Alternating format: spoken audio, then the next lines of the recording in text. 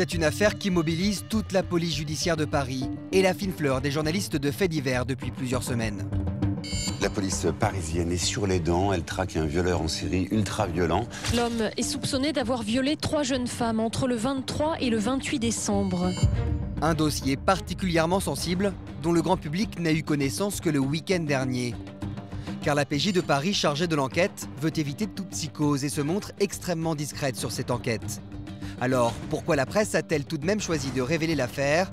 Comment les médias ont-ils forcé la main de la PJ en diffusant des éléments détaillés sur le suspect? Et ces révélations nuisent-elles aux enquêteurs? Autopsie d'une affaire qui en dit long sur les rapports entre police et journalistes. Au départ, c'est une succession de viols et d'agressions extrêmement violentes, commises en 5 jours à Paris et dans l'Essonne. Premier acte, dans la nuit du 22 au 23 décembre, près de la porte d'Orléans. Après avoir suivi une femme d'une trentaine d'années, il s'introduit chez elle où dorment des membres de sa famille. Il lui vole sa carte bleue, puis la viole à plusieurs reprises. Même mode opératoire quelques heures plus tard dans cet immeuble de l'arrondissement voisin. Mais cette fois, sa victime se débat. L'homme lui assène alors une vingtaine de coups de couteau avant d'abuser d'elle. Un prédateur capable de tuer qui commet une 3e agression contre une jeune fille de 15 ans le 28 décembre à Étampes. Les 3 femmes reconnaissent formellement le même homme sur les images de vidéosurveillance que la police leur montre. Désormais, les enquêteurs le savent, ils sont bien en présence d'un violeur en série. Aux 2 journaux, Métro et Le Parisien, qui ont eu vent de ces affaires, la police demande alors la plus grande discrétion. Le Parisien obtempère et ne parle que d'un viol, celui du 15e arrondissement, sans faire le lien avec l'agression de la porte d'Orléans. De la rétention d'informations en quelque sorte, assumée par le journal.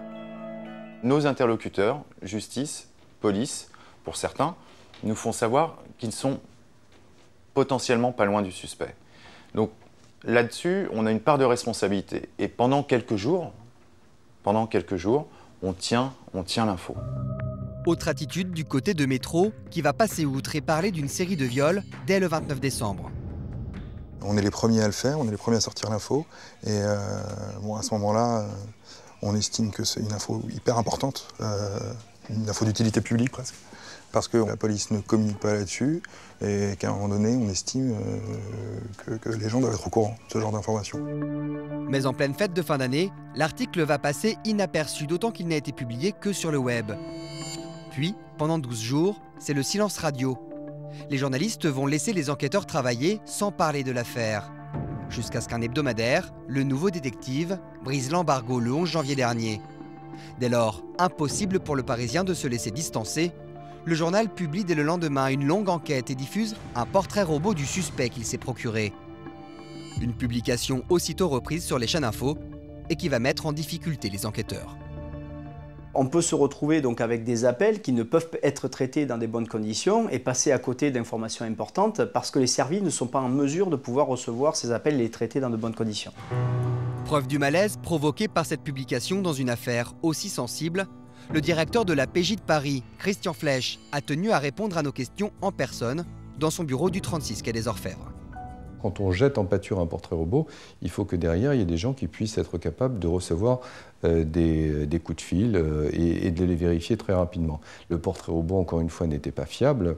Il n'était que parcellaire, il résultait d'un seul témoignage. Du côté du Parisien, on assume la publication de ce document. Quand on publie un portrait robot, on ne l'invente pas. Donc il y a des gens aussi au sein de la police et parfois au sein de la justice qui estiment que même si la hiérarchie ne souhaite pas tout de suite diffuser, ben, pour eux, ça peut avoir un aspect intéressant dans l'enquête. Un timing imposé par les médias qui va perturber le travail des enquêteurs. C'est gênant, si vous voulez, dans la mesure où on avait des pistes. On avait une piste en particulier, et lorsque vous agitez un peu les choses, vous avez le risque que l'individu se sente traqué et puis réagisse de façon un peu irresponsable. C'est ce qui s'est passé?